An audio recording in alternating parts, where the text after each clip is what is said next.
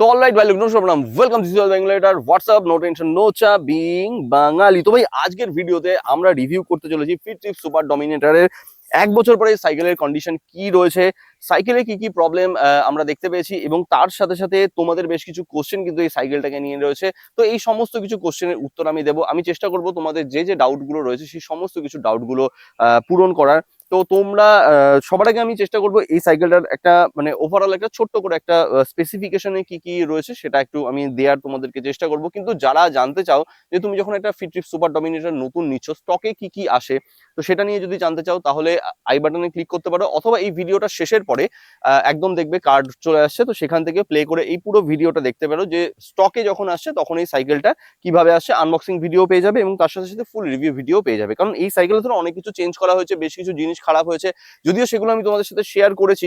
তা সত্ত্বেও যদি কেউ দেখতে চাও, যারা নতুন রয়েছো, যারা দেখতে চাইছো যে স্টক ভার্সনে কি কি আসে, তুমি যদি একটা সাইকেল কিনতে চাইছো তো দেখতে যদি চাইছো যে স্টক ভার্সনে কি কি আসে, তো অবশ্যই কিন্তু এই ভিডিওগুলো দেখে নিও। তো সবার আগে আমি একটা ছোট্ট ওভারঅল ছোট্ট অল্প একটুখানি ওরে সাইকেলের যে স্পেসিফিকেশন রয়েছে সেটা আমি তোমাদেরকে একটুখানি বলে নিই। তো দেখো সাইকেলে রয়েছে যে ফ্রেম, তো সেই ফ্রেমটা রয়েছে 16 ইঞ্চির একটা ফ্রেম রয়েছে। অনেকে জিজ্ঞেস করো যে ফ্রেমের সাইজ কি রয়েছে, তো ফ্রেমের সাইজ রয়েছে 16 ইঞ্চি।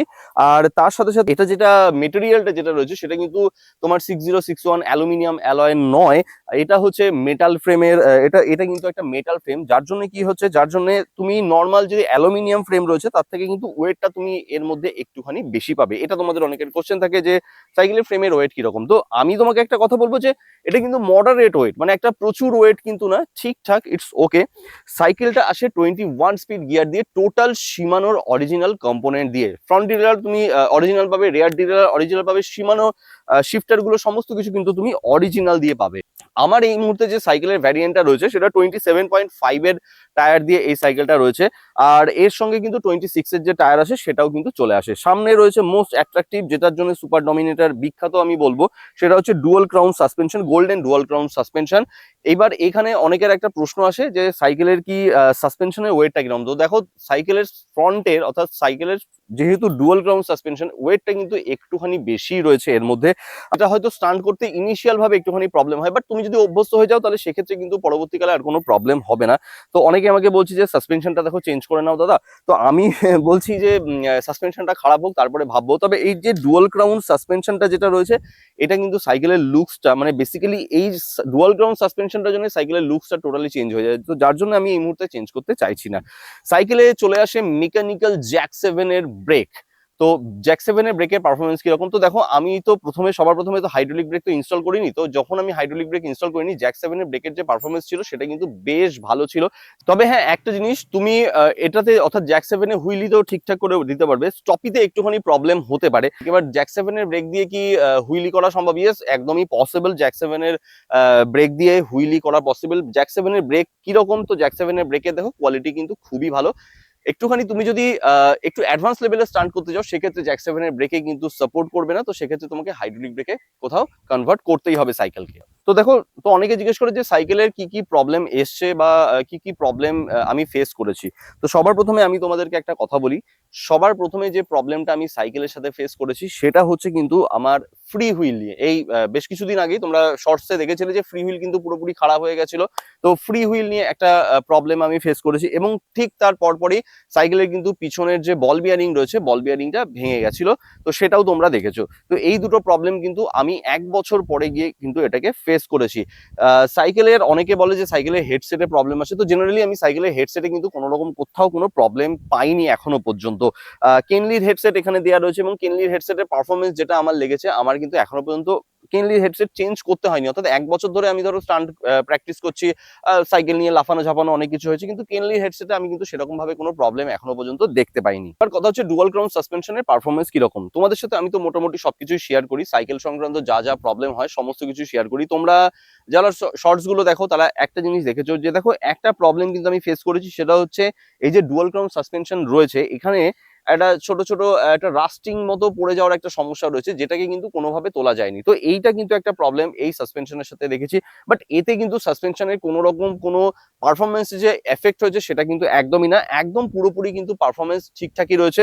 আমি যদি এখন দাবিয়ে দেখাই, দেখো এই দেখো একদম সুন্দর কিন্তু পারফরমেন্স রয়েছে এর মধ্যে।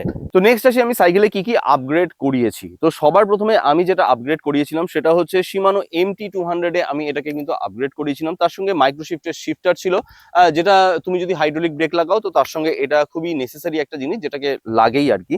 তার সাথে সাথে আমি এরপরে যে আপগ্রেডটা করিয়েছিলাম সেটা হচ্ছে হ্যান্ডেল বারের আপগ্রেড করিয়েছিলাম। একটা হ্যান্ডেল বার ভেঙে গেছিল, সেটা তোমরা দেখেছো, এবং তারপরে আমি ওয়েকের BST মডেলটা এর মধ্যে ইনস্টল করি। সবার প্রথমে শর্ট স্টেম লাগানো ছিল এবং সেটাকে পরে চেঞ্জ করে আমি জিরো স্টেমে কনভার্ট করি। এবং পরে আমি যখন আমার এই ফ্রি হুইলটা যখন ভেঙে যায় তো তখন আমি এটাকে চেঞ্জ করে শিমানোর মেগা রেঞ্জের ফ্রি হুইলে কনভার্ট করি। এবং সামনে আমি কিন্তু দেখতে পাচ্ছ সানরানের যে সিঙ্গেল স্পিড ক্র্যাঙ্ক, এই সিঙ্গেল স্পিড ক্র্যাঙ্ক কিন্তু আমি ইনস্টল করি। এবার এই সিঙ্গেল স্পিড ক্র্যাঙ্কের কি অ্যাডভান্টেজ রয়েছে, দেখো এই যে সিঙ্গেল স্পিড ক্র্যাঙ্ক এটা কিন্তু তোমার সাইকেলের যে ওভারঅল ওয়েটটা রয়েছে, ওভারঅল ওয়েটটাকে কিন্তু বেশ কিছুটা রিডিউস করেছে। সেটা আমি দেখতেই পেয়েছি, কারণ এর সঙ্গে শিফটার ছিল, ডিরেলার ছিল এবং 3 স্পিড যেহেতু ক্র্যাঙ্ক ছিল, তো সুতরাং ওয়েটটা অনেকটাই বেশি। আর এটা যেহেতু অ্যালয়ের তৈরি, তাই সাইকেলের ওভারঅল ওয়েটটা কিন্তু অনেকটাই কমেছে। তো তুমি এই সমস্ত জিনিসগুলো করে কিন্তু সাইকেলের ওভারঅল যে ওয়েটটা রয়েছে সেটা কিন্তু তুমি খুব ইজিলি রিডিউস করতে পারো। সাইকেলের পেছনে রয়েছে শিমানো TY500 এর ডিরেলার। এবার এটার শিফটিং কোয়ালিটি কিরকম, বা 1 বছর পরে শিফটিং কোয়ালিটি কিরকম রয়েছে। তো দেখো 1 বছরের মধ্যে আমাকে গিয়ার টিউন করতে হয়েছে মাত্র 2 বার, এবং শিফটিং যে কোয়ালিটি এখনো পর্যন্ত কিন্তু আগের মতোই রয়েছে। যে অবস্থায় আমি সাইকেলটাকে পেয়েছিলাম সেরকম অবস্থাতেই কিন্তু সাইকেলের যে শিফটিংটা রয়েছে, শিফটিংটা কিন্তু রয়েছে। তো তুমি শিমানো TY500 এর যে শিফটিং কোয়ালিটি, তো সেটার উপর নো ডাউট তুমি খুব ভালো করে কিন্তু ভরসা করতে পারো। তো অনেকের প্রবলেম আসে সাইকেলের সিল্ড বিয়ারিং বটম ব্র্যাকেট থেকে। তুমি যখন স্টান্ট প্র্যাকটিস করো তখন কিন্তু সিল্ড বিয়ারিং বটম ব্র্যাকেটে যথেষ্ট পরিমাণে প্রেসার পড়ে, তো তার জন্য সিল্ড বিয়ারিং বটম ব্র্যাকেট কিন্তু খারাপ হয়ে যায়। তো জেনারেলি এখনো পর্যন্ত আমি এই সিল্ড বিয়ারিং বটম ব্র্যাকেটের কিন্তু কোনো রকম কোনো প্রবলেম কিন্তু চোখে আমার পড়েনি। সাইকেলের যে রোটারের কোয়ালিটি রয়েছে, তো রোটারের কোয়ালিটি কিন্তু বেশ ভালো রয়েছে। স্টক রোটারি কিন্তু এখনো পর্যন্ত আমার সাইকেলে লাগানো রয়েছে, যেখানে হাইড্রোলিক ব্রেক কিন্তু এখনো পর্যন্ত ভালো কাজ করে। তো শিমানো RT26 এ আমি পরবর্তীকালে হয়তো আপগ্রেড করব, এই মুহূর্তে করছি না, কারণ এর যে পারফরমেন্স রয়েছে এখনো পর্যন্ত আমার কাছে মনে হচ্ছে যে না, এখনো পর্যন্ত কিন্তু ঠিকঠাক রয়েছে।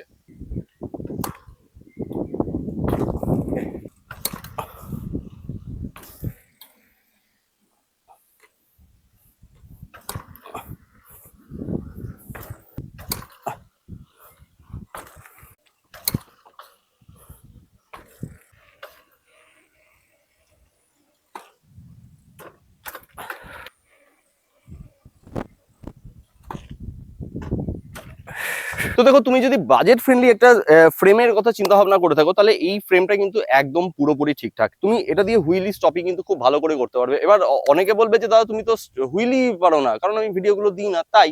তো আর তোমাদের কাছে তো ব্যাপারটা এরকম হয়ে দাঁড়ায় যে স্টপি পারে না, হুইলি পারে না, সে তো কোনো রাইডার হয় না।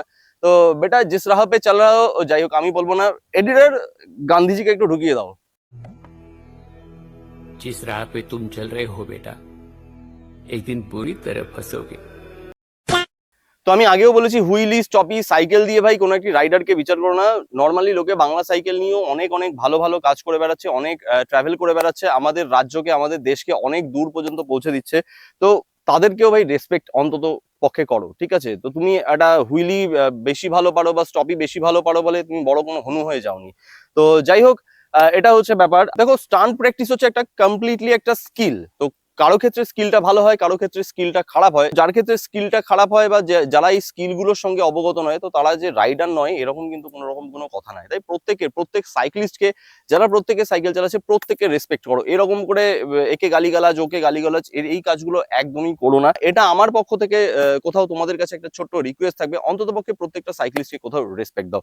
আর আদারওয়াইজ এই সাইকেলটা তোমরা অনলাইনে পেয়ে যাবে। তোমরা এই সাইকেলটা অনেকে জিজ্ঞেস করে যে কোথা থেকে কিনেছি। তো দেখো, এটা আমি ফিট ট্রিপের সাইট থেকে কিনেছি। তোমরা যদি সাইট থেকে নাও একদম পুরো স্টক ভার্সনে পেয়ে যাবে। আদারওয়াইজ আমি রিসেন্টলি একটা দোকানের ভিডিও করেছিলাম, সৌরভ সাইকেল স্টোর শান্তিপুরে। তো সেখানেও কিন্তু তোমরা পুরো স্টকে অরিজিনাল কম্পোনেন্ট দিয়ে সাইকেল পেয়ে যাবে। তো তোমরা সেখানেও কিন্তু একবার কন্ট্যাক্ট করে নিতে পারো। লং ভিডিও রয়েছে, চ্যানেলে যাবে, একটুখানি চেক করবে, রিসেন্টলি পাবলিশ করা হয়েছে ভিডিওটা, সেটাও কিন্তু দেখে নিতে পারো, তাদের সাথেও কন্ট্যাক্ট করে নিতে পারো। আর তাহলে বাকি ভিডিওটা কেমন লাগলো আমাকে কমেন্ট করে অবশ্যই জানিও। যদি ভালো লেগে থাকে তাহলে লাইক করে দিও, চ্যানেলে নতুন হয়ে থাকো তাহলে অবশ্যই সাবস্ক্রাইব করে দিও। তাহলে ভিডিও আজকের জন্য এখানে শেষ। The Bengal rider, take it easy.